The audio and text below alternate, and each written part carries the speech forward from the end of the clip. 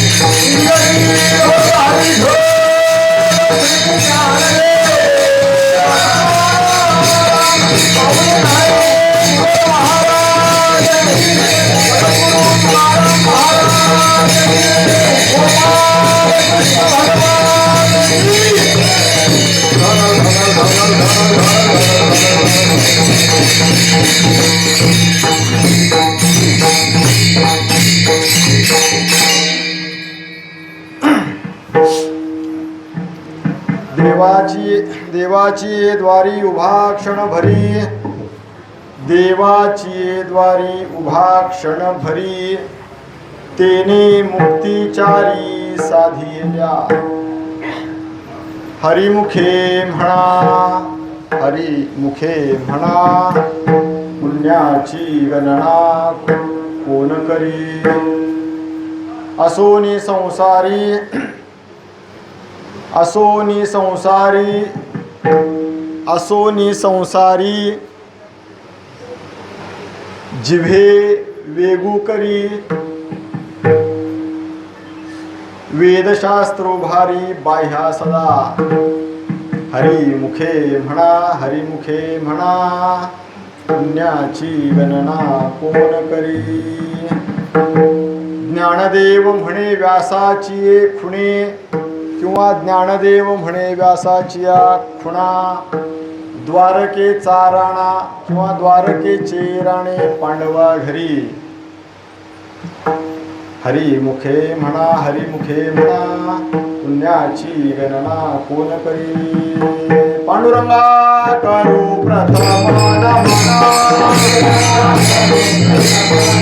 पांडुरंगा करू प्रथम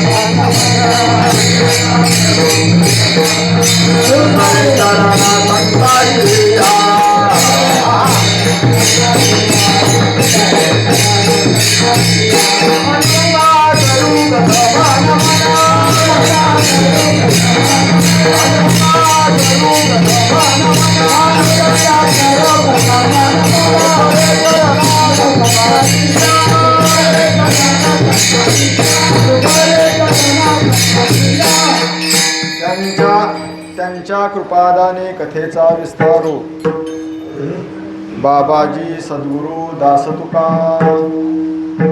ओम नमो ज्ञानेश्वरा करुणा करा दयाळा तुमचा अनुग्रह लाभलो पावन झालो चराचरी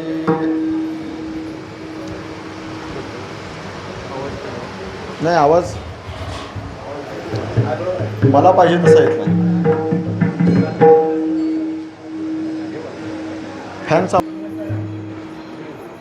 देवाची द्वारी उभा क्षणभरी देवाची द्वारी उभा क्षणभरी तेने मुक्ती चारी साधिल्या हरिमुखे म्हणा पुण्याची गणना कोण करी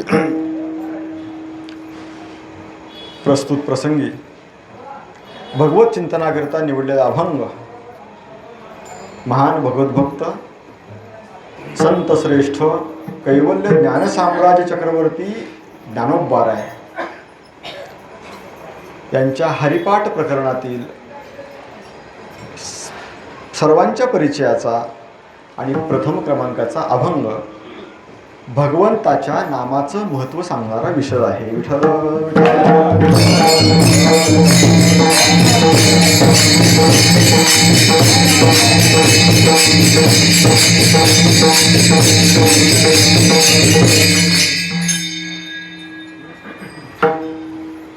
या अभंगाच्या माध्यमातून भगवत नामस्मरणाचं महत्त्व काय आहे ते सांगत असताना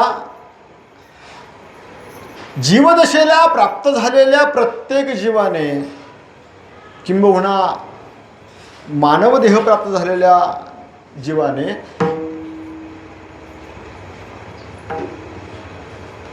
स्वतःच्या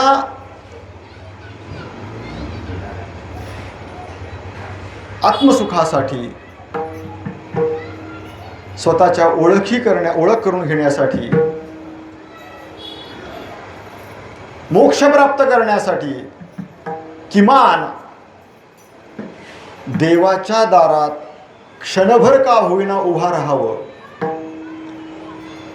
आणि त्याचा परिणाम काय होईल तेने चारी मुक्ती साधिल्या किंवा तेने मुक्ती चारी साधिल्या.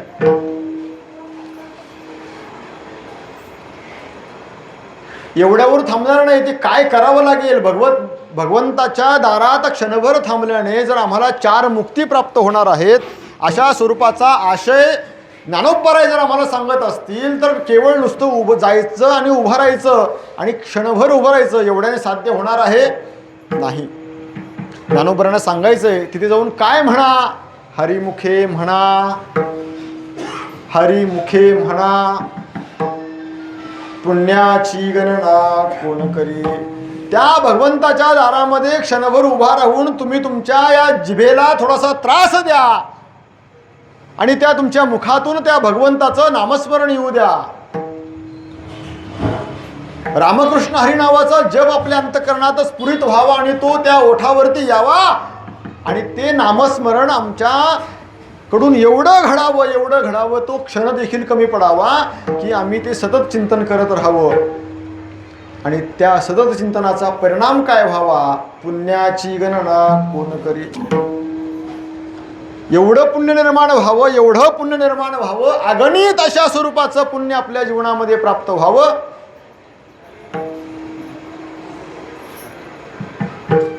पण ज्ञानोबरांना माहिती आहे, या जगतामध्ये जन्माला आलेले जे सज्ञानी जीव आहेत, जीवच म्हणतोय, सज्ञान म्हटलं की जीवत वर्षाला लागत नाही, पण सज्ञानी जे जीव आहेत, व्यवहारिक अनुकूलता, व्यवहारिक नॉलेज असणारे जे जीव आहेत, 2चे 4 करावे, लाखाचे 12 लाख करावे, अशा स्वरूपाच्या वृत्तीने जगणारे जे जे महाभाग आहेत, जे जे जीव आहेत, त्या जीवाचा ओढा प्रपंचामध्येच आहे. आणि मग तो प्रपंचातला ओढा असल्यावर त्याला भगवंताचं स्मरणही होणार नाही, भगवंताच्या दारामध्ये जायची आठवणही होणार नाही, आणि त्या पलीकडे जाऊन चुकूनही तो दारावरून गेला तरी तो भगवंताचं मुखात नामस्मरण घेण्याची देखील सुतराम शक्यता नाही. आणि म्हणून त्याला पुन्हा पुन्हा उपदेश केला, असोनी संसारी. संसारात जरी असला तरी परमार्थ करायचा नाही अशातला भाग नाहीये. कारण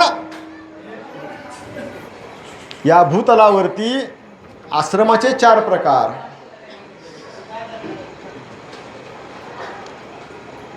आता तुम्ही सगळेच महाराज कोळून पिलेले आहेत, बरोबर ना?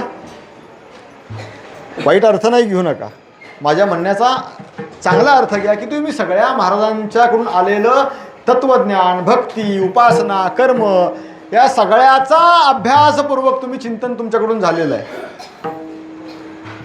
आपल्या ग्राम्य मराठी भाषेमध्ये मी तो कोळून शब्द असा वापरला. त्यामुळे आश्रमाचे 4 प्रकार, ब्रह्मचर्य, गृहस्थ, वानप्रस्थ आणि पास. बघा बरं, आता काय माझं वाक्य चुकीचं होतं? मगाचं वाक्य चुकीचं होतं का? नाही. या 4ही आश्रमामध्ये अभ्यासांती विचार केला तर वरकरणी असं वाटून येतं की संन्यास आश्रम ही अत्यंत उच्च दीक्षा आहे, आणि मग ती मिळवणं हे अत्यंत महाकठीण आहे, आणि त्या योग्यतेला जाणं हे सर्वांच्या नशिबात असत नाही किंवा शक्य असत नाही. म्हणून संन्यास आश्रमाला फार मोठी किंमत दिली जाते. पण ज्यांनी संन्यास घेतला, ज्यांनी या वेदांताचं, या ज्ञानाचा पुरस्कार मोठ्या प्रमाणात केला, ते श्रीमद भगवत पूज्यपाद श्री शंकराचार्य यांच्या मुखातलं वाक्य सांगून जातो, परमार्थ करण्यासाठी जर सर्वात मोठ्या प्रकारचा, योग्य अशा प्रकारचा आश्रम जर कोणता असेल तर तो आहे गृहस्थ आश्रम.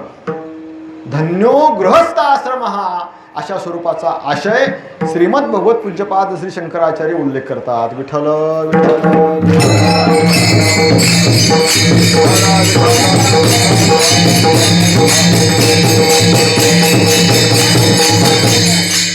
आणि म्हणून असोनी संसारी, जरी संसारामध्ये असलो तरी या संसाराचं एक अत्यंत महत्त्व अशा स्वरूपाचं आहे, असा विशेष आहे की याच देहामध्ये संसारामध्ये असणाऱ्या, प्रपंचामध्ये असणाऱ्या जीवालाच परमार्थाचा आशय, आस्वाद घेता येतो आणि स्वतःची ओळख करून घेता येते, त्या परमात्म्यापर्यंत पोहोचता येतं.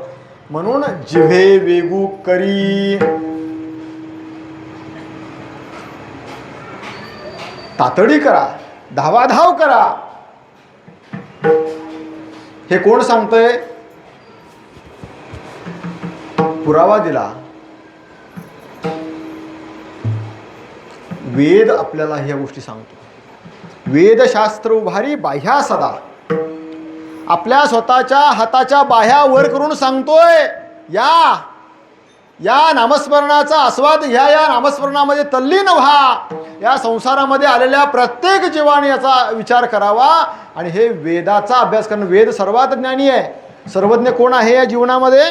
वेद आहे. म्हणून तर बघा, ज्ञानोबरांनी ओव्या टाकताना देखील जाणीवपूर्वक टाकल्या, वेद जाणो गेला, म्हणजे तो जाणताय. आपल्याला एवढंच पुरेसं आहे, पुढची ओवी घ्यायची गरज नाहीये. वेद जाणो गेला, वेद सर्वज्ञ आहे, वेदाला सर्व काही कळतं, पण वेदाला समजून सांगता येत नाही.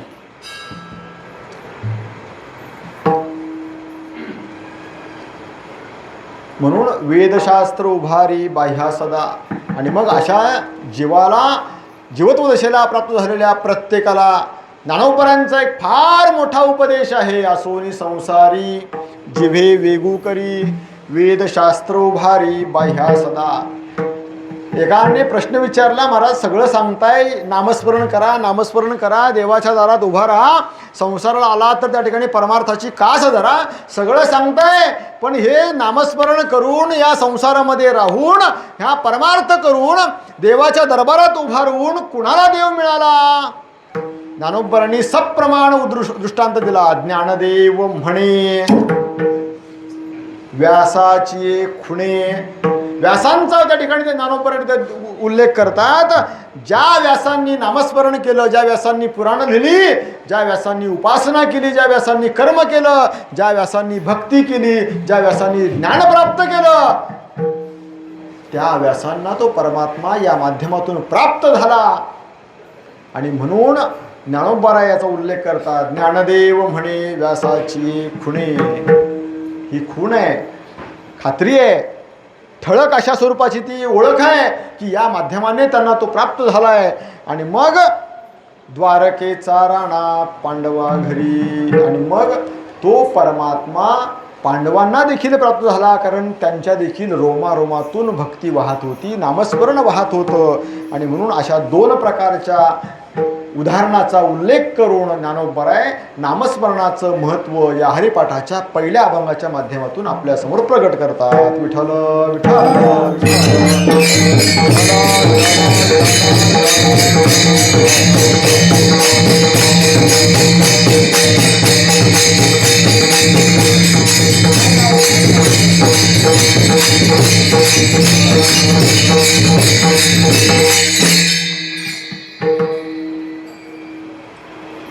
अभंगात प्रवेश करण्यापूर्वी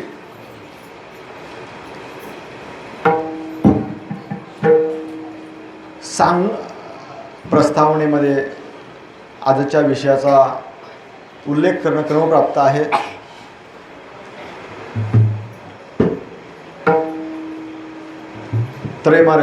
त्रैवार्षिक असणारा हा अधिक उत्सव, त्याला मलमास म्हणतात.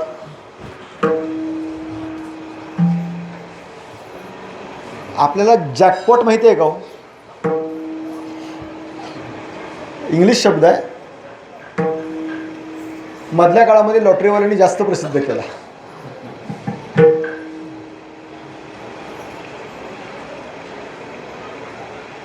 कोण काढते लॉटरीच तिकीट?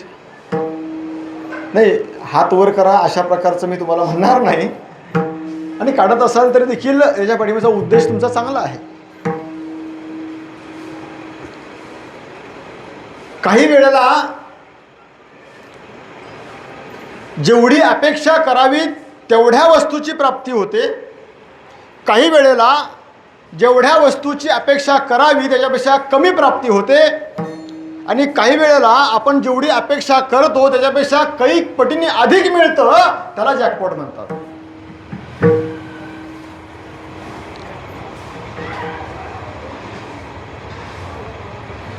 तसं या आपल्या या हिंदू धर्म परंपरेमध्ये अधिक मास हा 3 वर्षातून येणारा हा आपल्या सर्वांसाठी पारमार्थिक उंची गाठण्यासाठी आपल्यासाठी विधिलिखित असणारा हा जॅकपॉट आहे. आपल्या जीवनामध्ये हा अधिक मासाचं काय महत्त्व आहे, हा अधिक मास आमच्या जीवनामध्ये काय निर्माण करतो, या अधिक महिन्यामध्ये आपल्याला असा त्याचा उल्लेख आहे. अधिकस्य अधिकम फलम. या महिन्यामध्ये आपण ज्या काही गोष्टी करतो त्याचं फल आपल्याला त्याच्या कैक पटीने जास्त मिळत असतं. आता कैक या शब्दाचा अर्थ मी 10 पट 100 पट 200 पट 500 पट असा उल्लेख करणार नाही. एखादा मनुष्य खूप दिवसांनी भेटला, त्याला आपण म्हणतो काय, खूप दिवसांनी तुझी भेट झाली. खूप या शब्दाचा अर्थ काय हो? 5 दिवस 10 दिवस 15 दिवस महिना 2 महिने. नो न्यूमरिक, अंकशास्त्रामध्ये बसवता येत नाही खूप शब्द. म्हणून आमच्या तुकोबरांचं एक प्रमाण सांगून जातो. पुण्य फळले बहुता दिवसा. काय गंमत आहे, बहुता दिवसा, किती दिवसाचं पुण्य फळाला आलं सांगता येत नाही, कारण पूर्वजन्मामध्ये काही कृत्य केले त्याचं पुण्य किती होतं, आत्ता किती केलं, आणि ते फळाला येण्याचं संचितातून या प्रारब्धामध्ये भोगायला आलेलं हे पण कधीच आहे याचा उल्लेख करता येत नसल्या कारणानं तुको बरेच शब्द अत्यंत जाणीवपूर्वक वापरतात. पुण्य फळले 2 वर्षा दिवसा म्हटलं का नाही, बहुता दिवसा. तसं आपल्या जीवनामध्ये या परमात्म्याची प्राप्ती करून घेत असताना या अधिक महिन्याचं महत्त्व जेव्हा आपण सांगतो ते खूप मोठ्या प्रमाणामध्ये आपण या दिवसामध्ये जे कर्म करतो त्या कर्माचं फळ आपल्याला त्या प्रमाणात मिळतं, अधिक प्रमाणामध्ये मिळतं. आणि मग म्हणून हा ज्यांच्या जीवनामध्ये हा अधिक महिना प्राप्त होतो ते खरंच भाग्यवान आहेत. या महिन्यामध्ये आपण जे काही दानधर्म करतो, या महिन्यामध्ये आपण जी आपली भक्ती करतो, उपासना करतो, काही कर्म करतो, त्या कर्माचा आपल्याला होणारा परिणाम, त्याचा भोग, त्याचा लाभ हा आपल्याला सर्वाधिक प्रमाणात मिळतो. म्हणून शक्यतो इथं असणारे मला माझ्या अंदाजानुसार बहुतांश वारकरी आहेत, त्यामुळे अधिक सांगणं गरजेचं नाही. जे लोक या महिन्यात जे लोक मांसाहारी आहेत त्यांनी खरोखर या महिन्यामध्ये मांसाहार करू नये. जे मदिरापान करतात त्यांनी किमान या महिन्यात मदिरापान करू नये. जे नेहमी खोटे बोलतात, जे कधीतरी खोटे बोलतात त्यांनी किमान या महिन्यामध्ये तरी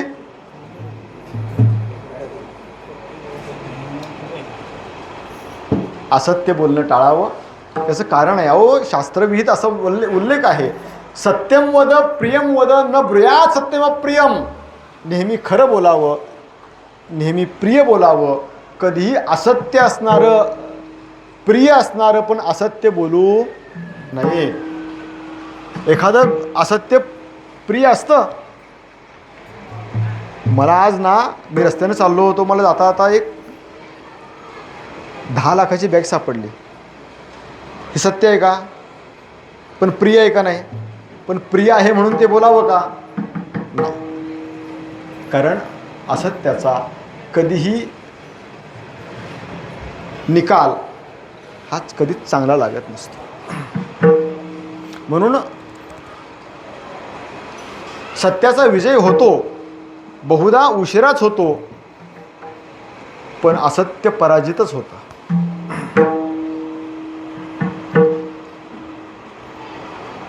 मदिरापान करणं हे केव्हाही निषिद्ध आहे, ऑल टाईम निषिद्ध आहे.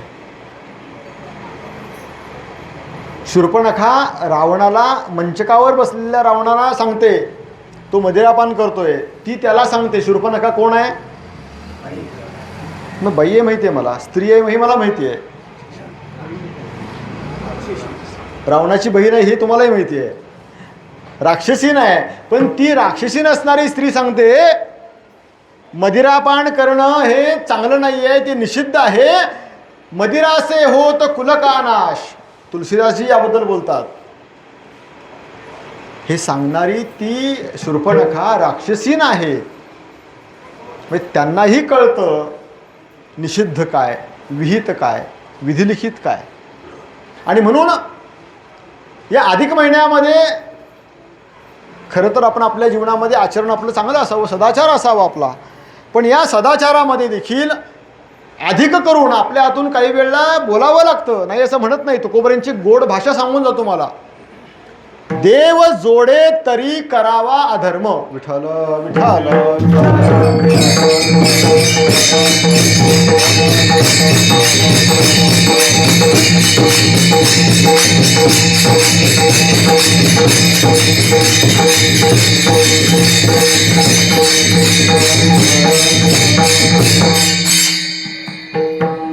तुकोबरे सांगतात देव जोडे तरी, एक अधर्माला परवानगी नाहीच आहे. पण जर तुमच्या हातून एखादा अधर्म घडत असेल, पण त्या अधर्माचं फलित जर साक्षात परमात्मा प्राप्ती असेल, तर तो अधर्म देखील मान्य आहे. उदाहरणं खूप आहेत, विश्लेषण करत बसत नाही. म्हणून या अधिक महिन्यामध्ये आपल्याला काय करावं, या परमार्थामध्ये आपण वाहून घ्यावं. अधिकाधिक घरी वाचन करा. इथं पारायण चालू असेल, पारायणाला येऊन बसा. तुकोबारायांच्या गाथ्याचं काय, कशाचं पारायण आहे? एकनाथी भागवताचं पारायण आहे. 18,000 ओव्या आहेत.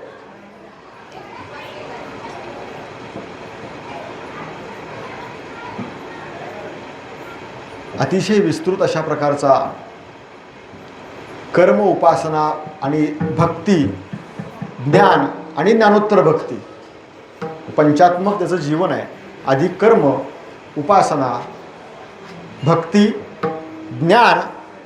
हे कर्म, उपासना, भक्ती आणि वैराग्य याच्या माध्यमातून प्राप्त झालेलं ज्ञान आणि ज्ञानानंतर पुन्हा प्राप्त झालेली भक्ती, कोणती? ज्ञानोत्तर भक्ती. याचा पूर्ण अगदी जीवनाच्या जीवत्व दशेपासून विदेही दशा भोगेपर्यंतची जी अवस्था आहे ते सांगणारं जर कोणतं जर चरित्र असेल, ते हे असेल, वाङ्मय असेल, तर ते एकनाथी भागवत आहे.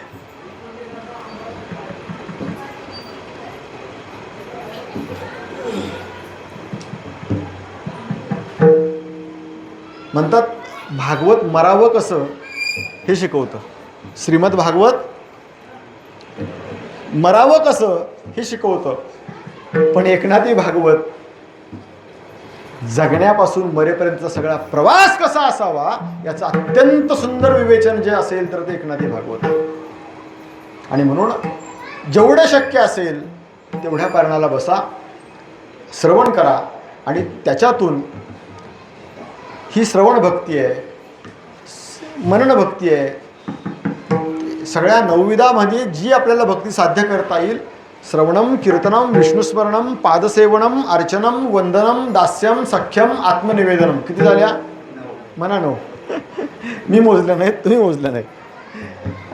या नवविधा भक्तीमध्ये जी साध्य करता येईल ती साध्य भक्ती करा.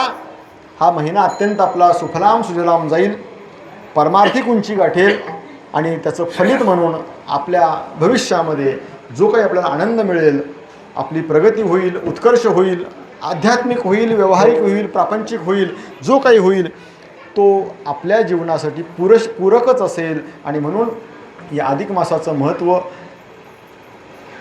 अत्यंत मोठं आहे. आणि मग त्यानिमित्ताने तुम्ही सर्वजण ग्रामस्थ मंडळी एक कौतुक करतानाही शब्द अपुरे पडतात. कारण मला आता मी तर तुमचा जावई आहे गावचा, त्यामुळे 25 वर्षा, माझं लग्न होऊन 14 वर्ष झाले, 14-15 वर्ष. पण त्याच्यापेक्षा अलीकडं अगोदरपासून तुम्ही मला बोलवताय, त्यामुळे तुम्ही सर्व ग्रामस्थ मंडळी, भजनी मंडळी, कीर्तनकार, गायक, गुणीजन, वादक, सगळी मंडळी, तुम्ही दरवर्षी तुमचा उत्सव किती मोठा होतो किंवा अनेक प्रकारचे विविध संत महात्म्यांचे उत्सव तुम्ही साजरे करता. महिना उत्सव होतो, 42 दिवसाचा उत्सव तुमचा होतो.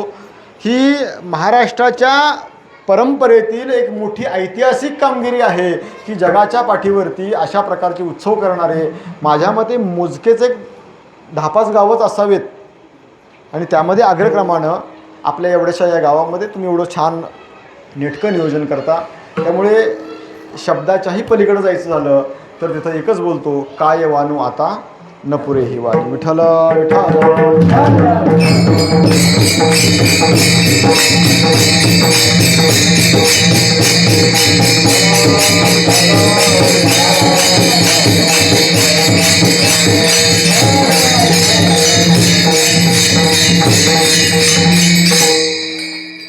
आणि असा असणारा हा उत्सव.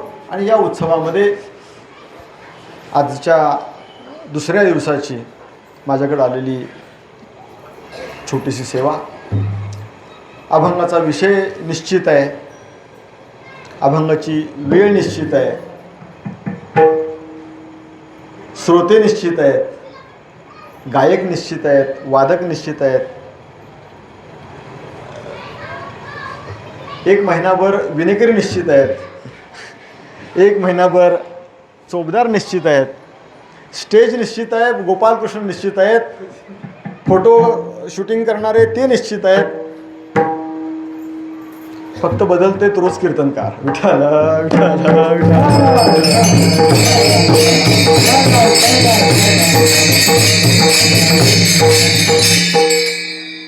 किती गंमत आहे बघा.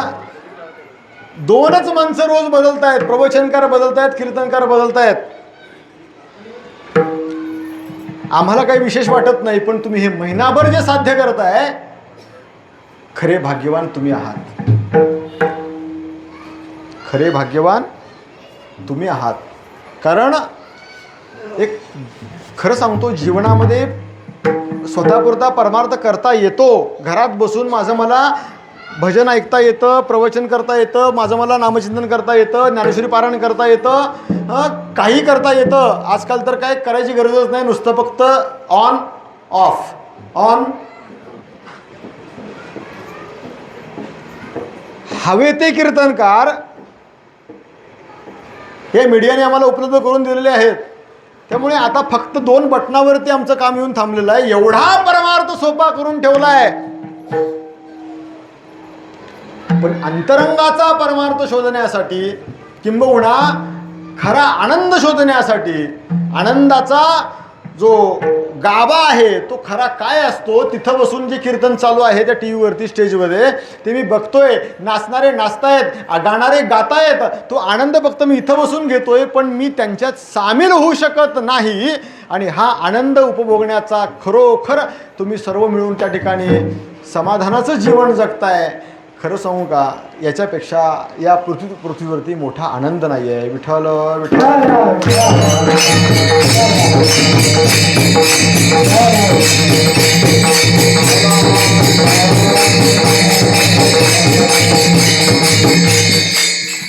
धन्य जगी तोची एक हरिरंगी नाते.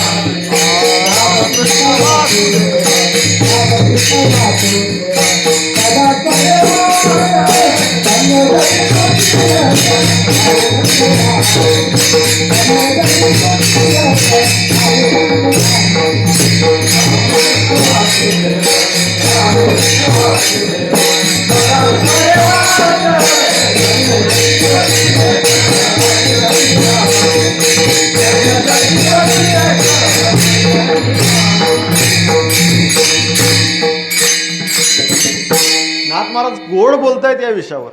धन्य जगी तोची एक. चकारात्मक शब्दप्रयोग आहे. शब्दावरती फार लक्ष देत जा. अभंग केवळ गाण्यासाठी नाहीत, अभंग केवळ वाचण्यासाठी सुद्धा नाहीत, अभंग केवळ चिंतनासाठी सुद्धा नाहीत, अभंग केवळ कीर्तनासाठी सुद्धा नाहीत, अभंग अनुभवण्यासाठी सुद्धा आहे. अभंगाचा गाभा, अभंगाचा मतितार्थ आणि अभंगातलं शब्दावरचं बारीक लक्ष असणं फार गरजेचं आहे.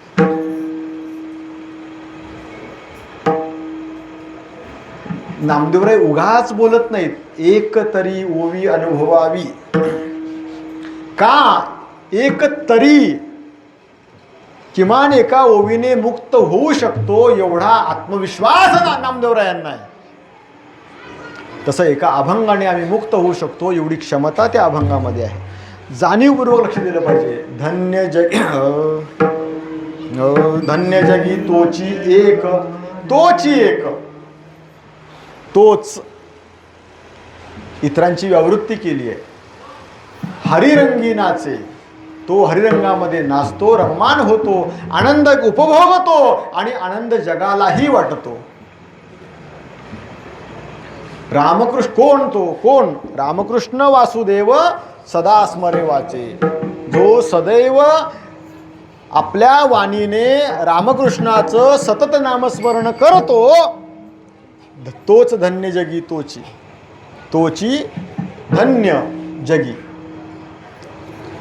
हरिरंगामध्ये नाचणारा, या जगतामध्ये भगवंताचं नामस्मरण करत हरिरंगामध्ये नाचणारा, तोच या जगामध्ये धन्य आहे, असा आशय नाथ महाराजांचा आहे. आणि मग म्हणून हा सोहळा तुम्ही एक महिनाभर या आनंदामध्ये रममान होता, खरोखर तुम्ही भाग्यवान आहात. आणि म्हणून आज अभंगाचा विषय इथं समोर मांडत असताना या अभंगाच्या माध्यमातून ज्ञानोबाराय या हरिपाठाचा पहिला अभंग आपल्यासमोर दिग्दर्शित काय करतात की देवाची द्वारी उभा क्षणभरी तेने मुक्तिचारी साधियल्या. ज्ञानोबारायांचा हा अभंग हरिपाठ प्रकरणातला आहे. ज्ञानोबाराय उपदेश करतात, नामस्मरणाचं महत्त्व विशद करतात, पण त्या नामस्मरणाचं महत्त्व विशद करत असताना ज्ञानोबारायांच्या भूमिकेचा विचार आपल्या डोळ्यासमोर आणावा लागतो. ज्ञानोबाराय अधिकाराप्रमाणे आपल्याला काही प्रकरण आपल्यासमोर ठेवतात. ज्ञानोबारायांचं वाङ्मय, समग्र वाङ्मय जेव्हा आपण तपासतो त्यावेळी असं लक्षात येतं की ज्ञानोबारायांचे वेगवेगळ्या वाङ्मयाचा विचार केल्यानंतर वेगवेगळ्या व्यक्तींसाठी, वेगवेगळ्या उंचीच्या लोकांसाठी ज्ञानोबारायांचं वाङ्मय काम करतं आहे. ज्ञानोबारायांचं वाङ्मय अमृतानुभव, चांगदेव 65 हे वाङ्मय जे आहे ते अधिकार संपन्न व्यक्तीसाठी आहे. मध्यमवर्गीयासाठी, मध्यम म्हणजे व्यावहारिकदृष्ट्या सक्षम नव्हे, परमार्थाच्या उंचीमध्ये फार वरही नाही तरी फार खालीही नाहीत, अशा लोकांसाठी ज्ञानेश्वरीसारखा, भावार्थ दीपिकेसारखा ज्ञानोबाराय ग्रंथ आम्हाला उपलब्ध करून देतात. आणि ज्यांना परमार्थातलं काहीच गणगोत कळत नाही त्यांच्यासाठी ज्ञानोबाराय हरिपाठ या प्रकरणाची निर्मिती करतात. विठ्ठल विठ्ठल अजिनता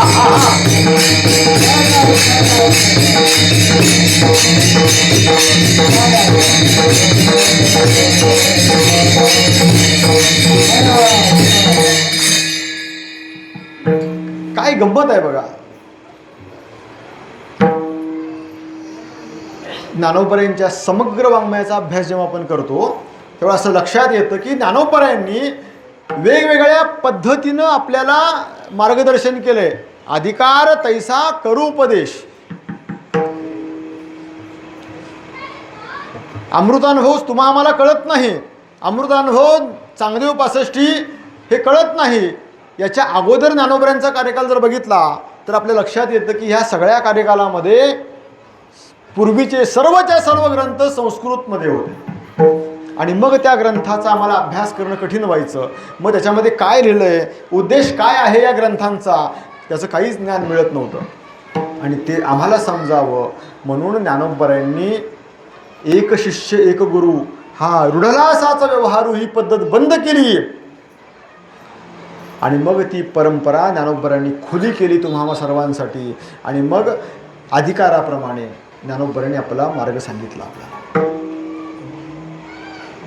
कारण बघितलं समाजामध्ये, समाजातली सर्व व्यवस्था जी आहे ती या प्रपंचामध्ये गुरफटलेली आहे. लोक सैरावैरा धावतायत, वेगवेगळ्या प्रकारच्या मार्गाचा अवलंब करतायत. मला सांगा आत्ता किती साधन आहे तो आम्हाला समजून घेण्यासाठी. या तत्वज्ञानाचा विचार नजरेसमोर आणून पहा. भारतीय तत्वज्ञान, पाश्चिमात्यांचं तत्वज्ञान याच्यावरती फार मोठा उहापोह झाला, करोडो लाखो ग्रंथ निर्माण झाले. पण ज्ञानोबरांचा कार्यकाळ बघा, त्यावेळेला एवढे मोठे ग्रंथ होते का? जे होते ते संस्कृतमध्ये होते. आणि मग त्या काळात काही नसताना ज्ञानोबरांनी विचार केला की या सर्वसामान्यांचं जीवन किती अस्ताव्यस्त असेल. अहो, आज आम्हाला एवढं मुबलक अशा प्रकारचं परमार्थाचं साधन आहे. कोण निरंकारी बाबाकडे जातात, कोण प्रजापिता ब्रह्माकुमारीकडे जातात, कोण वारकरी संप्रदायाकडे येत आहे, तर कोण बाबा राम रहीमकडे जात आहे, कोण बापूंच्याकडे जात आहे. मी कुणालाही दोष देत नाही, जरूर कुणाकडे जायचं तिकडे जा, पण परमार्थाची भूमिका आम्हाला एवढं सगळं नॉलेज इतकं मुबलक प्रमाणात असताना देखील आमच्या दिशाहीन प्रवास आमचा चालू आहे. आम्ही कुठल्या मार्गावर आहे आम्हालाच माहीत नाही. आमचा अनुभव बघा ना, एखादी गोष्ट घरामध्ये नुसतं साधं स्वप्न पडलं, वाईट स्वप्न पडलं, पडतंय ना? पडतंय का नाही? नाही. जे लोक झोपतात त्यांना स्वप्न पडतात, जे लोक पैशाच्या मागे लागून झोपतच नाहीत त्यांना स्वप्न पडत साहजिकच आहे. पडतील का? जे झोपतील त्यांना स्वप्न, जागेपणी स्वप्न आहे का? मुंगीर लालके स्वप्ने जागे होते बघा, ते पूर्वी नाटक लागायचे. जे झोपतात त्यांना स्वप्न पडतात. मग तुम्हाला स्वप्न पडलं, स्वप्नामध्ये काहीतरी वाईट गोष्ट घडली, तुम्ही कोणाकडे जाता विचारायला? हां, देवऋषाकडे जाता का नाही? एवढ्या सामान्य गोष्टी, स्वप्न आहे ते सत्य का, खरं आहे का खोटं आहे? खरं आहे का खोटं आहे? खोटं आहे. तरी पण देवऋषाकडे जाऊन विचारायची गरज आहे का? अहो, ज्ञानोबरांनी गोड शब्द वापरला आहे, स्वप्नीचे चेईले जाईल रया. जागं झालं की त्याची किंमत संपली. तरीही आम्ही कुठंतरी त्याचं विचारायला जातो, याचा अर्थ काय? मग आमचा प्रवास दिशाहीन आहे का नीट विचारपूर्वक चालू आहे? विचार करा. एवढ्या सामान्य गोष्टीवरनं आपण आपलं तपासू शकतो, तर ज्ञानोबरांच्या काळामध्ये काय वाईट अवस्था असेल की काहीच नॉलेज नाही. आणि मग ज्ञानोबरांना वाटलं, जे तुकोबरांच्या भाषेत सांगतो मी, तो कळवळा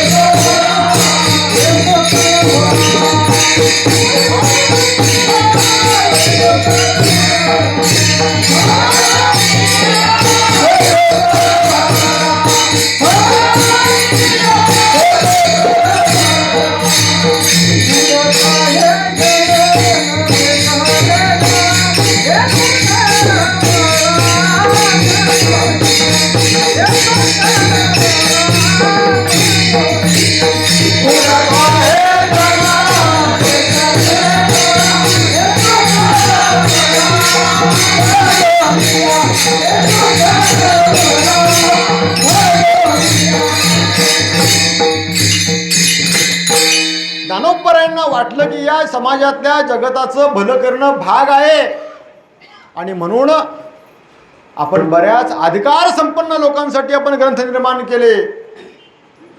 ज्ञानोबरांचा गाथा हा अत्यंत परिपूर्ण अशा स्वरूपाचं वाङ्मय आहे महाराज. काय ज्ञानोबराय तत्वज्ञानाची भाषा वापरतात महाराज. आपल्या सामान्याचं कामच नाही ते. मी एक अभंग सांगून जातो, त्याचा अर्थ मला सांगा. ज्ञानोबरांच्या वाङ्मयाची उंची सांगतो मी, त्यातला काही अभ्यासू फार मोठा नाही, सामान्य माणूस. आरे वरी आर रे. आपल्या गावात कुंभार आहेत का? आहेत ना? हां. आरे वरी आर रे असते का? पिंपळावरी पार रे. पार जो असतो तो पिंपळाच्या वर का पिंपळाच्या खाली? ज्ञानोबराय काय बोलतात?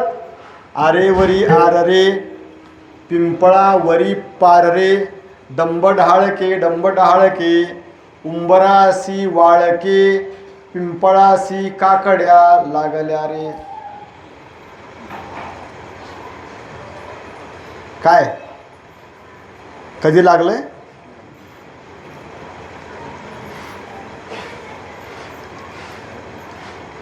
एक दिवस नवीन चिंतन करूया आपण अभंगावर. फार गोड चिंतन आहे. ब्रह्मचैतन्याचा मायेचा संबंध आल्यानंतर मायेच्या माध्यमातून निर्माण झालेल्या ईश्वराची जी काही निर्मिती आम्हाला दिसते, हे सगळं जगताची उत्पत्ती दिसते. या उत्पत्तीचा कशा स्वरूपाचा आशय, हे विस्तार, याबद्दलचा उल्लेख, याचा आशयाचं वर्णन ज्ञानोबरांनी या अभंगातून केलं.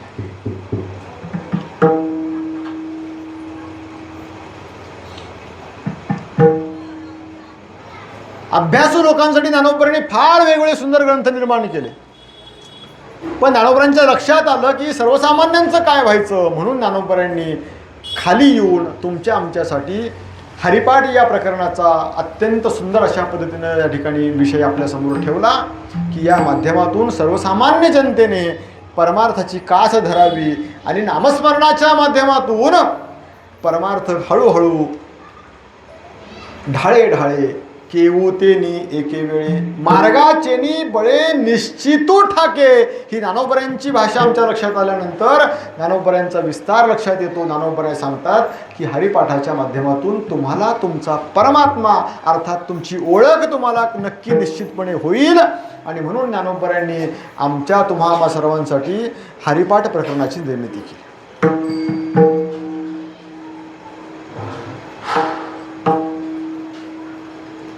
आता हरिपाठ पंचरत्न हरिपाठ आहेत. किती हरिपाठ आहेत? पंचरत्न.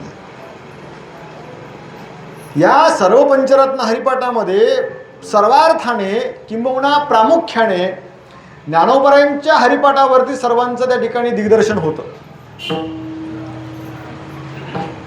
कारण ज्ञानोबरांचा हरिपाठ हा थोडा अग्रस्थानी आहे.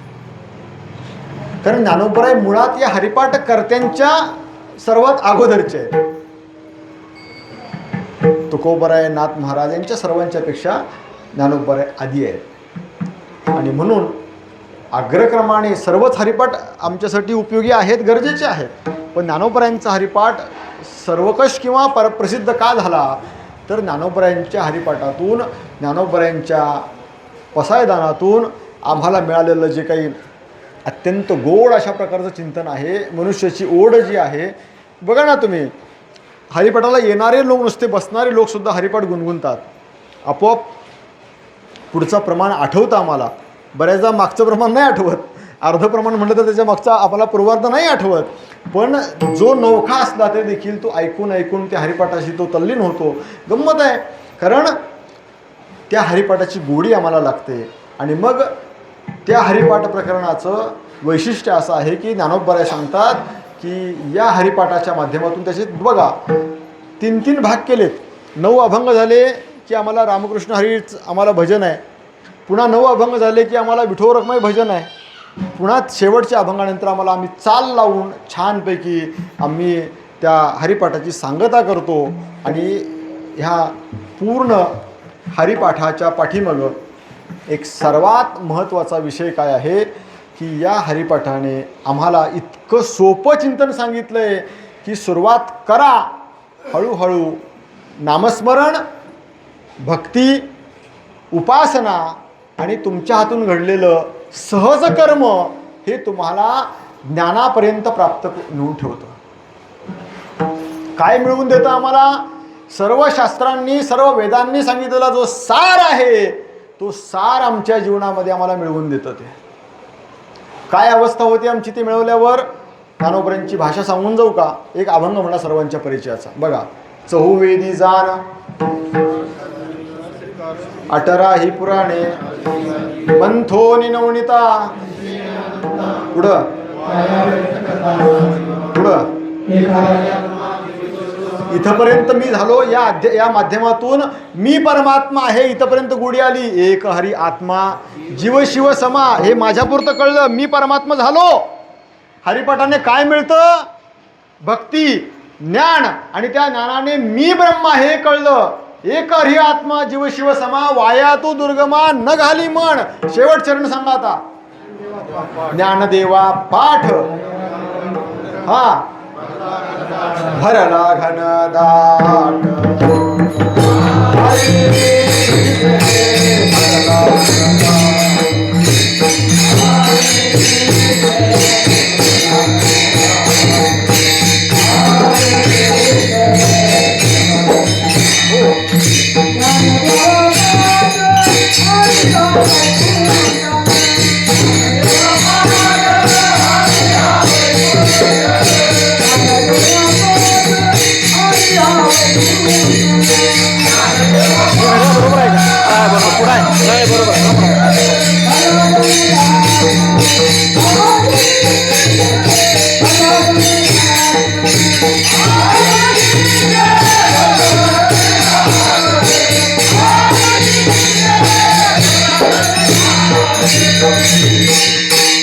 आमच्या जीवनाचं हरिपाठाच्या माध्यमातून आम्हाला प्राप्त होणारं सर्वोच्च स्थान जर काय असेल, भरला घनदाट हरी दिसे ही वृत्ती तयार होणं, हे हरिपाठाचं खऱ्या अर्थानं फलित आहे. विठ्ठल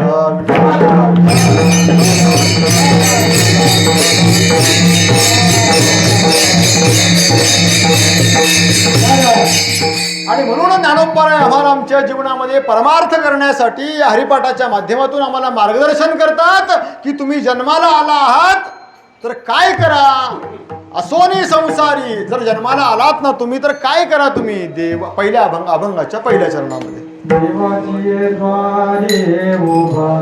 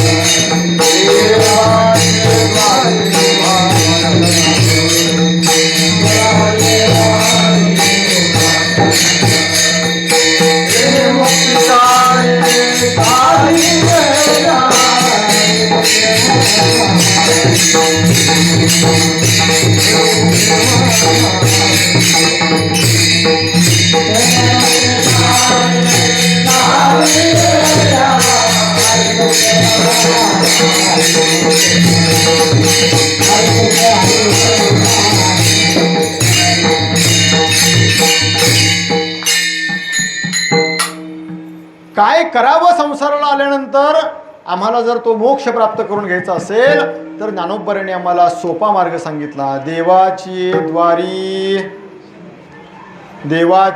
द्वारी उभा क्षणभरी. देवाच्या दरबारामध्ये क्षणभर उभे राहा. आता अभंगाच्या हरिपाठाच्या पहिल्या अभंगाच्या पहिल्या चरणाचा पूर्वार्धातला पहिला शब्द कोणाच्या? देवाच्या किंवा देवाची. हु इज गॉड? कोण आहे देव? आपण त्याच्यावर भाष्य करू अगोदर. पहिल्या चरणाचा पूर्वार्धाचा पहिला शब्द देव. देव म्हणजे कोण? त्याचे प्रकार काय? फार सांगत बसत नाही. आता देवात खूपच प्रकार झाले. तुम्हाला माहिती असणारे किती देव आहेत? हां, अगदी पटकन आलं पाहिजे उत्तर असं. 33 कोटी. आजकाल कोटी हा शब्द फार परवलीचा झाला आहे. सहज वापरतो आम्ही, सहज. कोटीच्या व्यवहाराच्या भाषेत आता चलन, परकीय चलन, भारतीय चलन खूप मोठा आता एवढा व्यापार वृद्धिंगत व्हायला लागला आहे. त्यामुळे आता सोन्याचा भाव विचारला की तुम्ही लाखात बोलताय का नाही? आज काय दर आहे? 1,22,000. 62,245. मी घ्यायला गेलेलो नव्हतो. गुगलवर नोटिफिकेशन रोज येतं ना, ते बघितलं.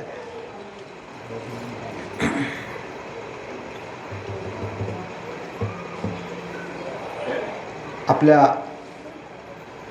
कोल्हापूरच्या एका सासरे बुवांनी आज एक पराक्रम केलाय. माहिती आहे? हा, 2.5 लाखाच्या वर चांदीचा दर आहे किलोचा. पठ्ठ्याने 1.5 किलो चांदी वापरून जावयाला कोल्हापुरी पायतान बनवलंय. विठ्ठल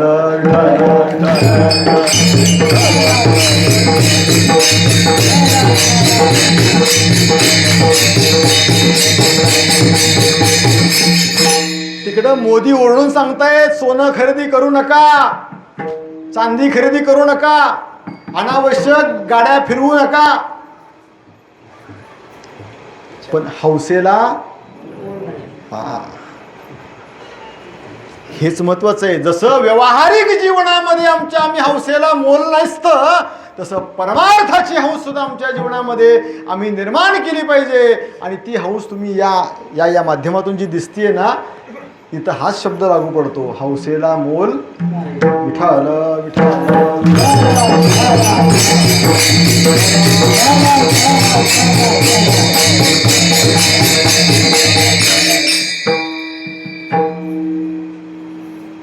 25/7/1996 साली मी पहिलं कीर्तन केलं. किती? 96. हां. गाव हाताने, तालुका मालेगाव, जिल्हा नाशिक. पहिला अभंग तुम्ही संत माय बाप कृपावंत. दिलेला फेटा माझ्या गुरूंनी त्यांच्या समोर उभा राहून मी फेटा बांधून कीर्तन केलं. आमची पाठशाळा कुणाकडनं पैसे घेत नाही, त्यामुळे आम्ही मधुकरी मागायला जायचो. मग 4 महिने मधुकरी मिळणार आम्हाला पंढरीमध्ये, उरलेले 8 महिने कुठं काढायचे, म्हणून आम्ही गावोगावी जाऊन धान्य मागायचो. मग त्या गावी गेल्यानंतर त्या गावचे लोक आम्हाला पायली, 2 पायली, पोतं, 2 पोती असे धान्य द्यायचे. मग त्या गावात दिवसभर धान्य मागायचं आणि संध्याकाळी आम्ही कीर्तन करायचो.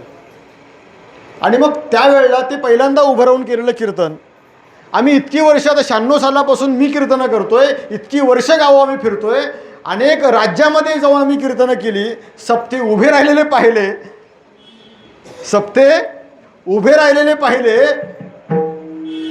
2-4 वर्षात बंद पडलेलेही पाहिले.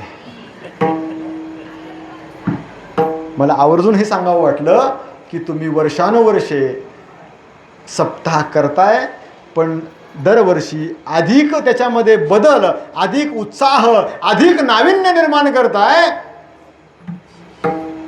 म्हणून हौसेला मोल विठ्ठल विठ्ठल.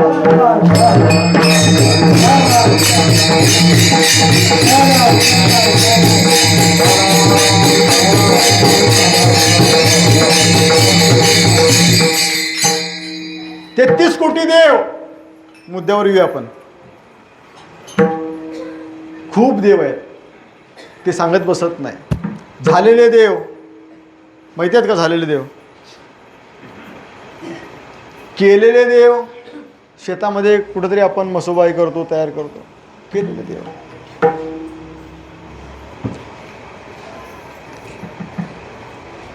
अजून एक देव सांगू का? बघा, घातलेले देव.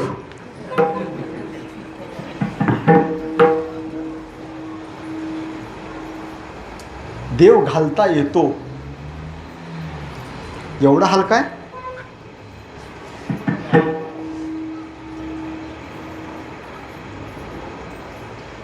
हेच आमचं अज्ञान. अहो, तो समर्थ आहे. ऐसा तू समर्थ ब्रह्मांडाचा धनी, ब्रह्मांड चालक आहे. ज्याच्या सत्तेने वारा वाहतो, सूर्य उगवतो, नद्या वाहतात. भीषास्माद वातपवते भीषो उदेति सूर्यः. अग्नी, इंद्र, चंद्र हे त्याच्या सत्तेने जगतात, वाहतात. तुकोबरांची अत्यंत परखड भाषा आहे. वृक्षाचे पान हले ज्याची सत्ता, राहिली अहंता मग कोटे. आणि तो एवढा बलदंड आहे, समर्थ आहे, तो तुमच्या माझ्या अतृप्त इच्छा पूर्ण करण्यासाठी तो कोणाच्या अंगावर जाईल का हो? तो आपल्या हातात एवढा आम्ही बांधून घेतलाय. म्हणून लक्षात घ्या, जन्माला येताना आपण ज्ञान नाही मिळवलं, पण जन्माला आल्यानंतर जर आम्हाला ज्ञान मिळालं असेल तर ज्ञानी असून सुद्धा अज्ञानीपणाने जगणं हे मूर्खत्वाचं लक्षण आहे. त्याला काय म्हणतात?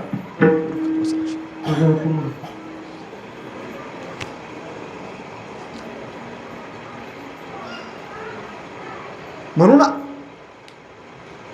डोळे उघडे ठेवून आम्हाला जगलं पाहिजे. आता बऱ्याचदा यात्रा असतात, तुमच्या गावची पण यात्रा असते, जरूर करा. असते का नसते? स्पेशल. अहो रस्त्याचे रस्ते बंद होतात हो. माणसं पण लावणारे ना अशा गाड्या लावून जातात ना की तो एखाद्याला जायची गडबड असली, एखादा पेशंट असला तर काय खरं नाही हो त्याचं, त्यानं डायरेक्ट विमानच पकडायचं वरचं. एवढे रस्ते पॅक होतात गावागावात त्या जत्रेला, फार वाईट आहे. थोडा उल्लेख करतो. तुम्ही कशाचा नैवेद्य दाखवता त्याला? तो खातो का? नाही. थोडं आणखीन थोडं पुढे जाऊन बोलूया आपण. जर तो खायलाच लागला, तुम्ही द्याल का त्याला?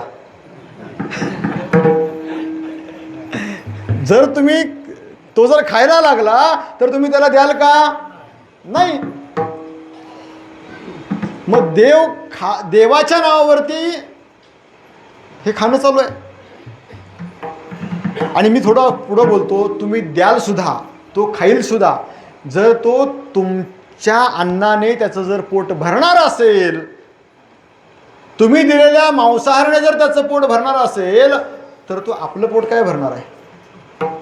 जर तोच उपाशी असेल, तुकोबऱ्यांची भाषा आहे, लक्षात घ्या. सेंदरी हेंदरी दैवते कोणती पूजी भूते खेते. आपुल्या पोटा जी रडते मागती शिते अवदान. आपुल्या इच्छे आणि कापिडी काय ते देईल बराडे.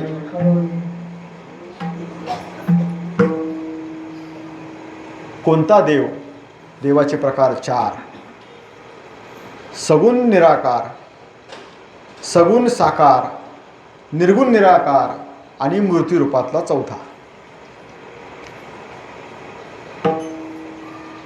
सगुण साकार परमात्मा कोणता? जो या भूतलावरती अवताराला येतो, कार्य करतो आणि कार्य संपलं की पुन्हा निजधामाला निघून जातो, त्याला सगुण साकार म्हणतात. त्याबद्दलचं प्रमाण अनंत अवतार घिसी भक्ता कारणे कनवाळू कृपाळू दिना लागी धरणे. सगुण निराकार कुणाला म्हणायचं? ज्याच्या सत्तेने सर्व निर्माण होतं, ज्याच्या सत्तेने सगळं चालतं, ज्याच्या सत्तेने पूर्ण संवार होतो, तो परमात्मा सगुण निराकार म्हणजे ईश्वर.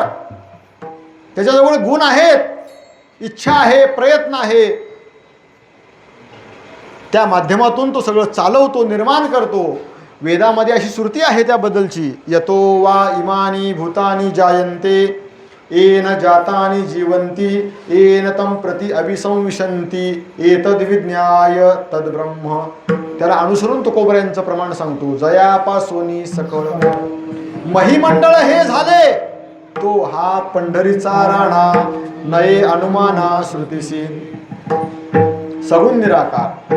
आणि तिसऱ्या परमात्म्याचं नाव आहे निर्गुण निराकार, ज्याला गुणही नाही, आकार नाही, जो कशातही आम्हाला व्यक्त करता येत नाही.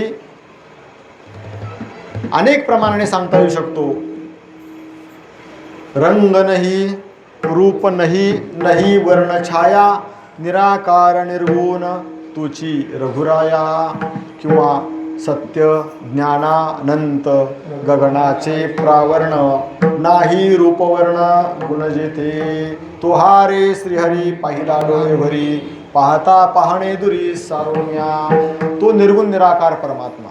आणि तुमच्या आमच्या सर्वांच्या मुक्त होण्यासाठी ज्याने अवतार घेतला, पण अवतार संपवला नाही, जो कायमस्वरूपी तो भक्ताच्या इच्छेखातर सदैव आपल्यासमोर उभा राहिला, तो पंढरीचा विठोबा म्हणजे मूर्तिरूपातला परमात्मा, हा चौथा परमात्मा. तो या तिन्हीमध्ये बसवता येत नाही, सगुण साकारात बसवता येत नाही तो. कारण सगुण साकाराचं वर्णन असं आहे, यावं कार्य करावं, कार्य संपलं की पुन्हा निजधामाला जावं. बघा ना, अवताराचे प्रमाण आपल्यासमोर सगळे अवतार आहेत. कोणते अवतार आहेत बघा. कोणता अवतार आहे पहिला?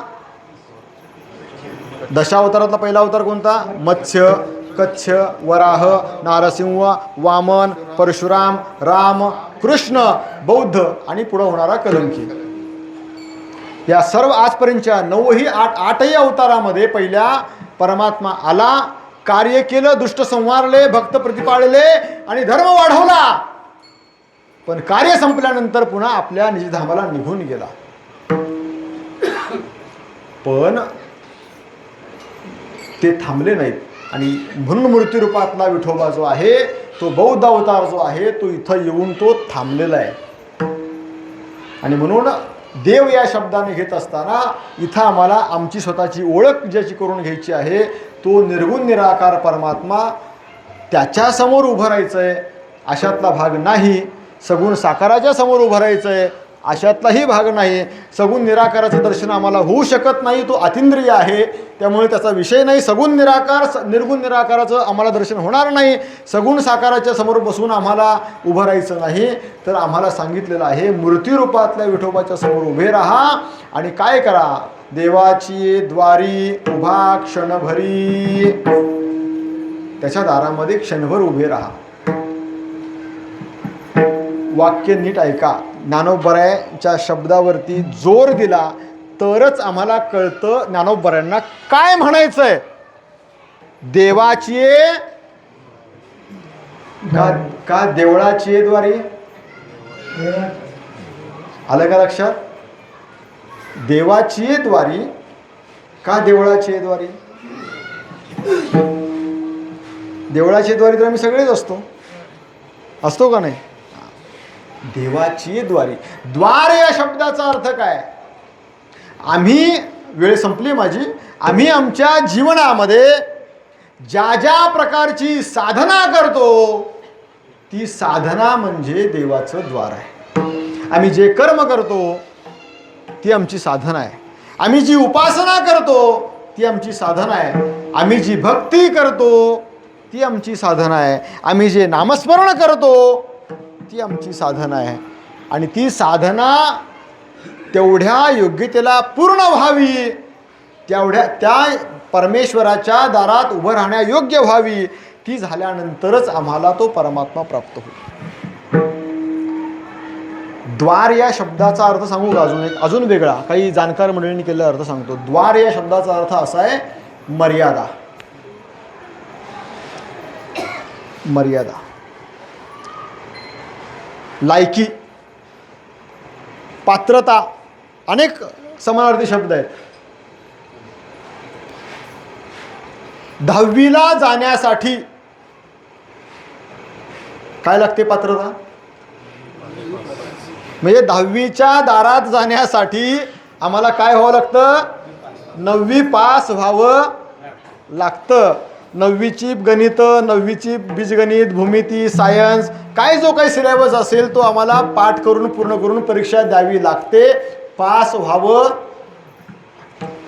द्वार 10वीचं द्वार आहे. ते जोपर्यंत प्राप्त होणार नाही तोपर्यंत आपण त्या दारात जाणार. म्हणजे देवाच्या दारात उभा राहण्यासाठी आम्हाला आमची पात्रता सिद्ध करावी लागेल. पूर्वीचा काळ तुम्हाला सांगून जातो, इंग्रजांच्या राजवटीमध्ये फर्स्ट क्लासच्या डब्यामध्ये बसायला परवानगी. त्यावेळेला फर्स्ट क्लासच्या डब्यामध्ये कोण बसत होतं? कोण आहे बरं सांगा? 90, 80, 50च्या आधीचे, 46च्या आधीचे आहेत का कोणी? तुम्ही 76मध्ये मारुती बुवा, का 78 लागले? 76. 75 करायला पाहिजे होती आपण यावर्षी. करायची यावर्षी नक्की करायची. या सप्त्यातच करूया आपण. एक दिवस थांबा तुमचे.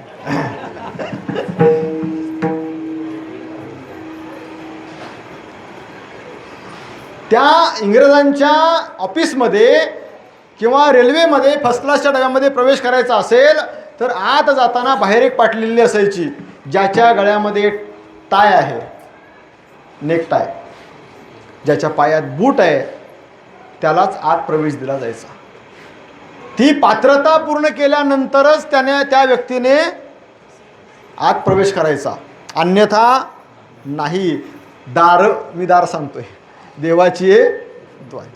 तसं आम्हाला आमच्या जीवनामध्ये जर आम्हाला देवाच्या दारात जायचं असेल तर आम्हाला आमची योग्यता पात्रता सिद्ध करावी लागेल, अन्यथा आम्ही देवाच्या दारातही उभे राहू शकत नाही. आयुष्यभर आम्ही देवळाची उंबरटे झिंजवू पण तरी देखील आम्हाला देव प्राप्त होणार नाही.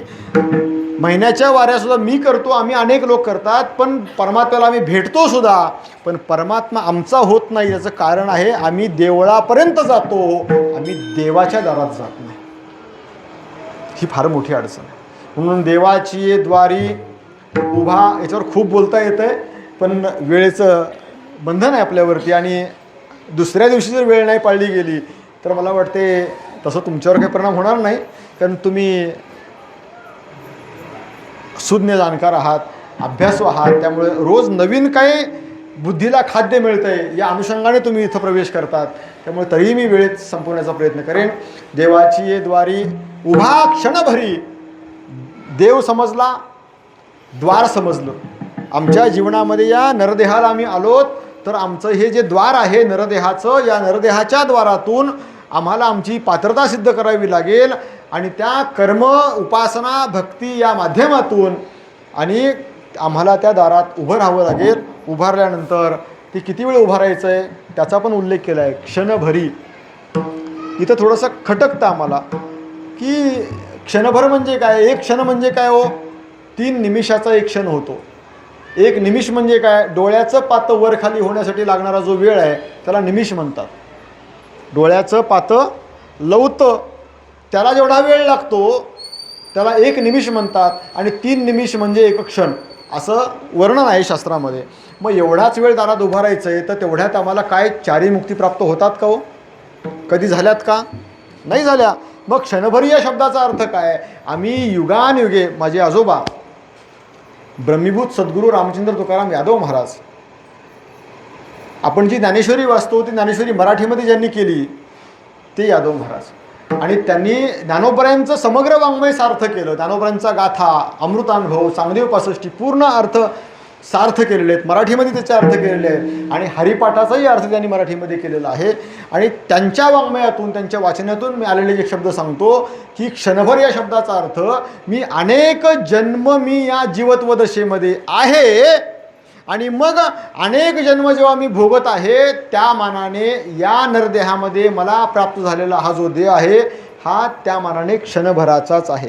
84 लक्ष योनी मी भोगत असताना, वेगवेगळ्या किड्या मुंगींच्या, पक्ष्यांच्या, प्राण्यांच्या या जन्माला जात असताना इतकी जन्म मी भोगलेले आहेत, त्यापैकी हा एक जन्म जो मला प्राप्त झालेला आहे, या जन्मभर मी भक्ती करावी हा एक प्रकारचा एक क्षणच आहे. अशा प्रकारचा आशय त्या ठिकाणी ज्ञानोबरांना सांगायचा आहे. म्हणून देवाची द्वारी उभा क्षणभरी, तेने चारी किंवा तेने मुक्तिचारी साधिल्या. आता त्या मुक्ती कोणत्या हो? पहिली मुक्ती आहे सलोकता, दुसरी आहे समीपता, तिसरी आहे स्वरूपता. थोडा काही अपभ्रंश करतात लोक, स्वरूपता म्हणतात. काय म्हणतात? स्वरूपता म्हणतात, पण ती स्वरूपता नाही आहे. स्वरूप शब्दाचा अर्थ आहे भेद, भेद, अभेद ही अवस्था, स्वरूपता. आणि चौथी अवस्था आहे, चौथा मोक्ष आहे सायुज्यता. सलोकता म्हणजे काय तर भगवंताचा जो लोकविशेष आहे त्या लोकविशेषाची प्राप्ती होणं. भगवान परमात्मा कुठे राहतो? वैकुंठामध्ये राहतो. कुठे राहतो? वैकुंठामध्ये. त्या वैकुंठामध्ये देखील आपल्याला जाता यावं एवढं आपलं पुण्य असावं, ही देवाच्या दरबारात उभं गेल्यानंतर आम्हाला जो एक मोक्ष आहे तो आम्हाला प्राप्त होऊ शकतो, वैकुंठ लोकाची प्राप्ती.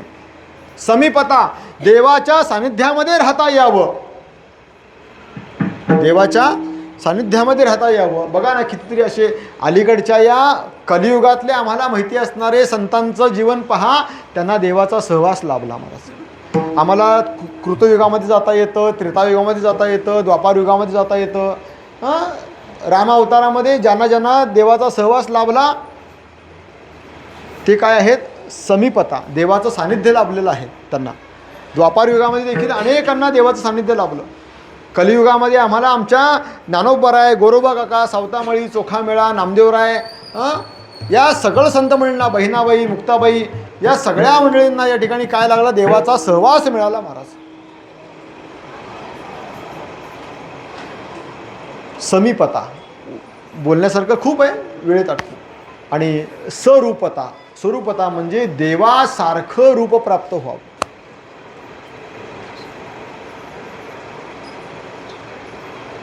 तेवढं सुंदर होता यावं. काय कृष्णाचं वर्णन आहे माहिती आहे? भगवान श्रीकृष्णाचं वर्णन जाऊ द्या, आमच्या पंढरीनाथाचं वर्णन सुद्धा आमच्या या सकल संत मंडळींनी काय गोड केलंय हो. राजस सुकुमार मदनाचा पुतळा, रवी शशी कळा लोपनिया. काय शब्द बघा ना. रवी म्हणजे कोण? रवी म्हणजे ठीक आहे, सूर्य. हा, तो सुद्धा लोपतो त्याच्या पुढे. शशी म्हणजे दुकानदार, हा नाही, चंद्र. हा, त्याचं तेज सुद्धा जिथं झाकोळलं जातं. अलंकारिक भाषा फार गोड असते, फक्त त्यात रमता आलं पाहिजे. रवी शशी कळा लोपनिया, पांडुरंग कांती दिव्य तेज झळकती, रत्नकिळ फाकती प्रवाहा. पुढचं शब्द फार महत्वाचे आहेत. अगणित लावण्य तेज पुंजाळले न वर्णवे तिथींची शोभा. एवढा तो देखणं आहे आणि त्याच्या इतकं देखणं होता येतं. महाराज, समीपता भक्तीचं वर्णन सांगू का? उद्धवाचा चेहरा, उद्धवाची देहयष्टी आणि भगवान श्रीकृष्णाची देहयष्टी आणि उद्धव दिसायला एकसारखी होती. लोकांना भास वेगळा व्हायचा की उद्धव उभे असतील तर त्या ठिकाणी देव उभा आहे असं वाटायचं लोकांना. समीपता भक्ती, देवाचा सहवास लाभावा. अहो, काय गोड चिंतन आहेत महाराज. एकापेक्षा इतके सुंदर प्रमाण आहेत आम्हाला देवाच्या सानिध्याचे, देवाच्या समीपतेचे, देवाच्या लोकप्राप्तीचे. आणि याच्यापेक्षा मोठा मोक्ष कोणता होतो प्राप्त? सायुज्य नावाचा मोक्ष. की सायुज्य मोक्ष म्हणजे काय आहे? की तिथं मी जीव नसून, मी देह नसून, मी कोण आहे? मी परमात्माच आहे. देह नव्हे मी हे सरे, उरला उरे विठ्ठल. किंवा जिकडे तिकडे पाहावं परमात्मा, जनीवनी अवघा देव, वासनेचा पुसावा ठाव, किंवा विठ्ठल विस्तारला जनी. अशा प्रकारची भूमिका ज्या ठिकाणी तयार होते त्यावेळेला ती भेदरहित अवस्था होते, जीवनमुक्त दशा प्राप्त होते. आणि या अवस्थेलाच सायुज्य मोक्ष अशा स्वरूपाचं नाव दिलं गेलेलं आहे. आणि मग या चारही मुक्ती आम्हाला त्या परमेश्वराच्या दरबारात उभं राहिल्यानंतर आम्हाला प्राप्त होतात, भक्तीमध्ये रममाण राहिल्यानंतर होतात. पण त्या देवाच्या दरबारामध्ये उभं राहून काय करायचंय? अभंगाचं दुसरं प्रमाण. हरिमुखे म्हणा, हरिमुखे म्हणा,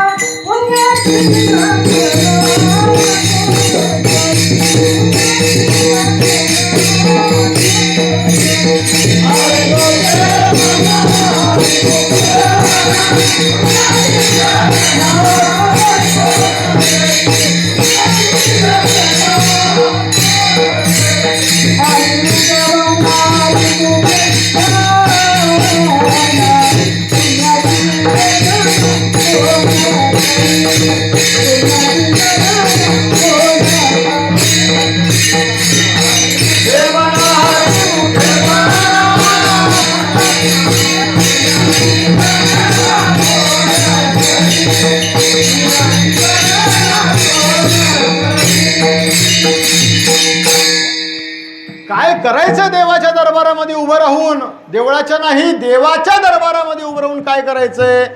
फार गोड चिंतन ज्ञानोबराय सांगतात. हरी मुखे म्हणा. बस काय म्हणा? हरी.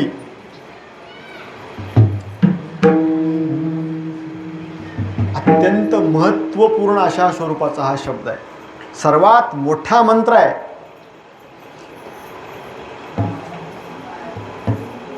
आम्हाला माहिती असणारे हे दोन्ही अवतार, राम आणि कृष्ण, या अवताराच्या माध्यमातून त्याला मंत्रत्व प्राप्त होण्याचं सामर्थ्य हरी या शब्दाने प्राप्त झालंय. एवढा मोठा हरी शब्द आहे. आम्हाला राम माहीत नाही का? माहिती आहे. आम्हाला कृष्ण माहीत नाही का? माहिती आहे. आम्ही रामकृष्ण म्हणू शकतो का? नाही म्हणू शकतो. पण आम्हाला हरी या रूपाचा झालेला अवतार कोणाला माहिती आहे? नाही. परंतु आम्हाला रामकृष्ण हे देव माहिती असताना देखील त्यांचं मंत्र या रूपामध्ये वर्णन करण्यासाठी, त्या अभिवर्तित होण्यासाठी हरी या शब्दाचा वापर झाल्यानंतर ते मंत्र म्हणून उपयोगाला आले. रामकृष्ण हरी. हरी हा शब्द फार महत्त्वाचा आहे महाराज. अत्यंत महत्त्वपूर्ण शब्द आहे. आणि म्हणून सर्वांनी हरीचं नामस्मरण करा असा शब्द प्रयोग केलेला आहे. कारण हरी याचा मूळ संस्कृत शब्द आहे रु हरंती इति हरहा. रु हरणे, हरण करणे. कशाचं? आपल्या ठिकाणी असणाऱ्या जीवत्व दशेचं हरण करणे, त्याचं नाव आहे हरी. मी अधिक विस्तार सांगत नाही. पापाचं हरण, तापाचं हरण, अधिदैविक, अधिभौतिक, आध्यात्मिक खूप उल्लेख आहे. आपल्या ठिकाणी असणाऱ्या जीवत्व दशेचं हरण जो करतो त्याचं नाव आहे हरी. म्हणून शब्द किती आहेत? दोनच शब्द, अधिक नाही आहेत. हरी मुखे म्हणा, हरी मुखे म्हणा. द्विरुक्ती केली का? मुद्दामून सांगितलं. विरुक्ती हा दोष असतो खरं तर, पण तरी देखील त्यांनी मुद्दामून सांगितलं की कारण आपल्या ठिकाणी ते जाणून बुजून त्या ठिकाणी आपल्यावरती त्याचा प्रभाव पडावा म्हणून ज्ञानोबराय 2 वेळा सांगतायत.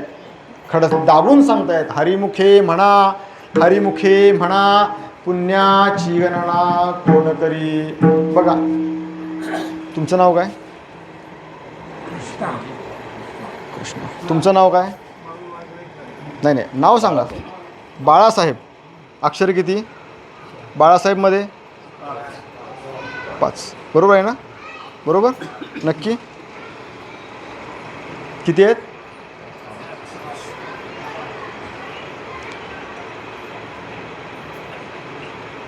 तुमचं नाव? अक्षर किती आहेत? बदल आहे ना? इकडं 5 आहेत, इकडं 4 आहेत. आता त्याच्यामध्ये प्रत्येक अक्षराच्या मागे काय करायचं आपल्याला? एक भजन करा, सांगतो प्रेमाने. विठ्ठल विठ्ठल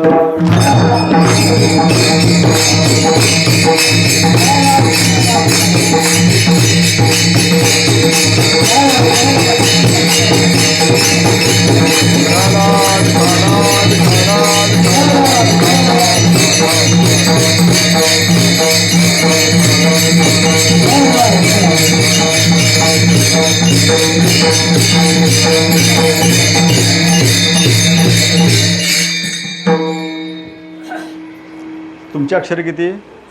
5. त्यांची अक्षर 4. कुठलंही एक अक्षर घ्या. 4 घ्या अक्षराचं, घ्या 5 घ्या, काही. बळवंत. हां, बळवंत. त्याच्यामध्ये काय करा तुम्ही? त्याच्यामध्ये 5 मिक्स करा. त्यांचं अक्षर काय? 4 आले. 4मध्ये किती मिक्स केले? 5 झाले. झाले किती? 9 झाले. आता त्या 9मध्ये 9ची दुप्पट करा. 18 झाले. थांबा, माझंच गणित चुकायला लागलं. विठ्ठल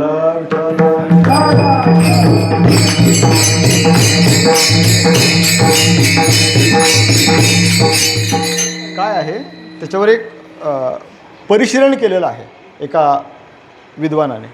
ते तुम्हाला मी सांगत होतो की या 2 अक्षराचं, हरी या शब्दाचं महत्त्व सांगत असताना कुठं जरी केलं, आपल्या जीवनामध्ये किती जरी अक्षरं आली, कोणाची 5 अक्षराचं असेल, कोणाचं 4 अक्षराचं असेल, कोणाचं 3 अक्षराचं असेल, कोणाचं 2 अक्षराचं असेल, शेवटी पुन्हा त्याची बेरीज 2च राहते. आणि ती 2च अक्षरं म्हणजे काय आहेत, तर ती हरी हीच अक्षरं आहेत, अशा आशयाचं वर्णन करणारं ते चिंतन आहे. आणि म्हणून आपल्या जीवनामध्ये आपण कितीही आपल्या जीवनात नावं प्राप्त झाली, कारण आपल्याला नावं कोणी ठेवली आहेत, आपल्या आईवडिलांनी ठेवली आहेत. ती नावं आपल्याला आपल्या आईवडिलांनी ठेवल्यामुळे आपण त्याला बारशामध्ये ठेवलेल्या नावाप्रमाणे आपल्याला कुणीतरी हाक मारतं आणि मग त्याला आपण ओ देतो.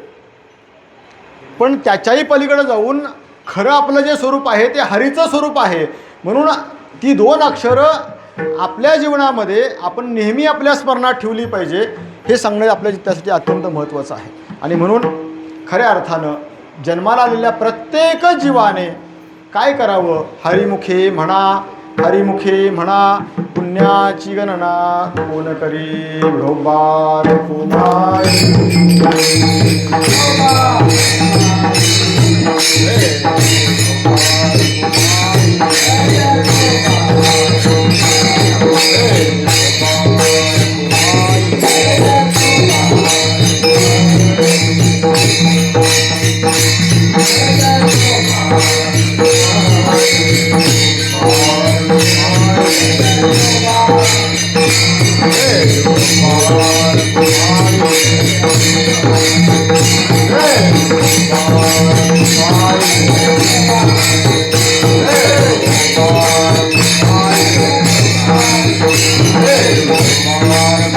देवाची द्वारी उभा क्षणभरी, तेने मुक्तिचारी साधलेल्या हरिमुखे म्हणा, हरिमुखे म्हणा, पुण्याची गणना कोण करी.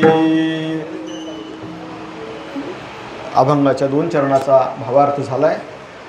आपल्याला अगणित पुण्य प्राप्त होतं हरीच्या नामस्मरणामुळे. संसाराला आलेल्या प्रत्येक जीवानं हे सगळं करणं अत्यंत गरजेचं आहे, वेगाने करणं गरजेचं आहे. कारण कोरोनासारखा आलेल्या महामारीने आम्हाला त्याची जाणीव चांगली झालेली आहे की ज्ञानोबरांच्या भाषेची आठवण होते की मासी पाख पाखडी तव हे सरे. होत्याचं नव्हतं व्हायला क्षणाचाही विलंब लागत नाही. आणि मग मृत्यू कधी सांगता येत नाही. म्हणून प्राप्त झालेला देह सन्मार्गाला लावावा. म्हणून असोने संसारी जिवे वेगू करी, वेदशास्त्र उभारी बाह्या सदा, हरिमुखे म्हणा, हरिमुखे म्हणा, पुण्याची गणना कोण करी. ज्ञानदेव म्हणे व्यासाची खुणे अनुभव सांगितला. व्यास महर्षींनी आपल्या जीवनामध्ये भगवंताच्या नामस्मरणाने खऱ्या अर्थानं त्यांना भगवंताची प्राप्ती झाली. कारण नामस्मरण आणि उपासना भक्तीच्या माध्यमातून ज्ञानाची पूर्वतयारी होते आणि प्राप्त झालेलं ज्ञान आम्हाला आपली ओळख करून देतं. आणि कारण ज्ञानाशिवाय मोक्ष नाही हा सिद्धांत आहे. तत्वज्ञान हेच सांगतं आम्हाला, ज्ञानेविन मोक्ष नाही हा सिद्धांत, वेद बोले हात उभारुणी. आणि म्हणून पण ती पात्रता बनण्यासाठी नामस्मरण अत्यंत गरजेचं आहे. आणि या पलीकडे जाऊन एक शेवटचा सिद्धांत सांगतो. तुकोबरांची भाषा लक्षात घेण्यासारखी आहे. तुकोबराय काय सांगतात, हरिमुखे, ज्ञानोबराय म्हणतात हरिमुखे म्हणा, हरिमुखे म्हणा, पुण्याची गणना कोण करी. या नामस्मरणाने आम्हाला तेने चारी मुक्ती साधिलेल्या मोक्ष प्राप्त झाला. तुकोबरांची भाषा पण तीच आहे. काय आहे तुकोबरांची भाषा, मुखी नाम हाती मोक्ष, ऐसी साक्ष बहुतांची. नामस्मरण इकडं घ्या, इकडं मोक्ष प्राप्त होईल. एवढा सोपा आहे. म्हणजे नामाने मोक्ष मिळतो हे ज्ञानोबराय जसं सांगतात तसं तुकोबराय सांगतात, नामदेवराय सांगतात. आणि शास्त्र सांगतं ज्ञानाने मोक्ष आहे. ज्ञानात एव तू कैवल्यम, कैवल्य म्हणजे मोक्ष. ज्ञानानेच मोक्ष प्राप्त होतो. सगळे वेद, इतिहास, शास्त्र, तत्वज्ञान, नवे नवे सगळ्या संतांच्या देखील अनेक अभंगामध्ये देखील ज्ञानाचा उल्लेख आहे.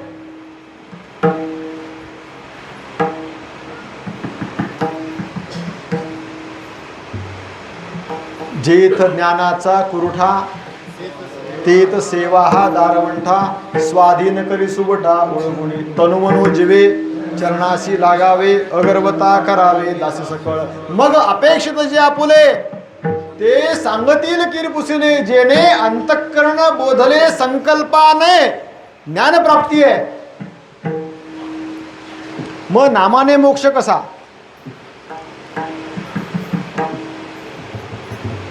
हरिमुखे म्हणा आणि तेने चारी मुक्ती साधियल्या, कसं शक्य आहे? हे जर नाही कळलं तर अभंग सोडवून काही उपयोग नाही.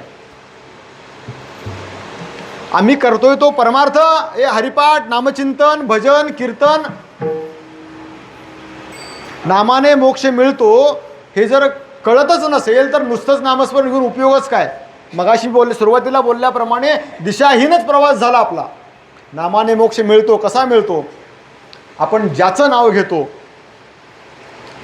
आपण ज्याचं नाव घेतो. मला सांगा, मी हाक मारली बाजीराव, ओ कोण देणार? तुम्ही तेच देणार, बरोबर आहे ना? तेच ओ देणार. का? कारण मी घेतलेलं नाव, त्या नामाचा त्या नामीशी संबंध आहे. नामी कोण आहे? ते आहेत. आणि नाव बाजीराव आहे. मग नाम घेतल्याबरोबर हाक तिकडून येते. त्याचं कारण आहे नाम नामीचा अभेद असतो. काय असतो?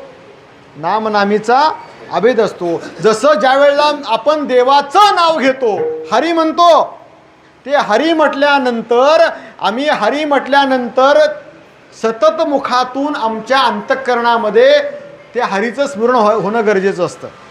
काय होणं गरजेचं असतं? हरीचं स्मरण होणं गरजेचं असतं. आणि त्याला ज्ञानोबरांची भाषा आहे, भगवान कृष्ण परमात्म्याची भाषा आहे. सततम कीर्तयन्तो माम यतन्तश्च दृढव्रताः नमस्यन्तश्च मां भक्त्या नित्ययुक्ता उपासते. तरी कीर्तनाचे नटनाचे नाशिले व्यवसाय प्रायश्चित्ताचे, ते नावची नाही पापाचे ऐसे केले. पुढं पुष्कळ वर्णन आहे, वेळ नाही. त्या नामाने सतत नामस्मरणाने ते आतमध्ये असणारं अंतःकरण जे आहे, त्या अंतःकरणामध्ये परमात्मा स्थित आहे. चैतन्य आहे आतमध्ये. कोण आहे? चैतन्य आपले आहे म्हणून आपण जगतोय. आणि आतमध्ये असणारा चैतन्य घन परमात्मा ज्या वेळेला आपण आपल्या मुखाने नामस्मरण घेतो, त्यावेळेला ते सतत नामस्मरण घेतल्यामुळे त्या अंतःकरणातल्या त्या आत्मस्वरूपाचं भान जागृत होतं. आणि ते नामस्मरण आपण हाक जेव्हा घेतो त्यावेळेला सतत नामस्मरणामुळे, तो ध्यास घेतल्यामुळे आतमधल्या अंतःकरणातल्या परमात्म्यापर्यंत ते पोचतं. आणि मगच तो परमात्मा आपल्याला आपलं भान करून देतो की तूच ईश्वर आहेस, तूच परमात्मा आहेस, अहम ब्रह्मास्मी. आणि हे ज्ञान प्राप्त होतं. म्हणून नामाच्याही माध्यमातून आम्हाला काय होतो? मोक्ष प्राप्त होतो. ही संत महात्म्यांची भूमिका अत्यंत योग्य आणि समर्पक आहे. म्हणून हरिमुखे म्हणा पुण्याची गणना कोण करी. ज्ञानेश्वर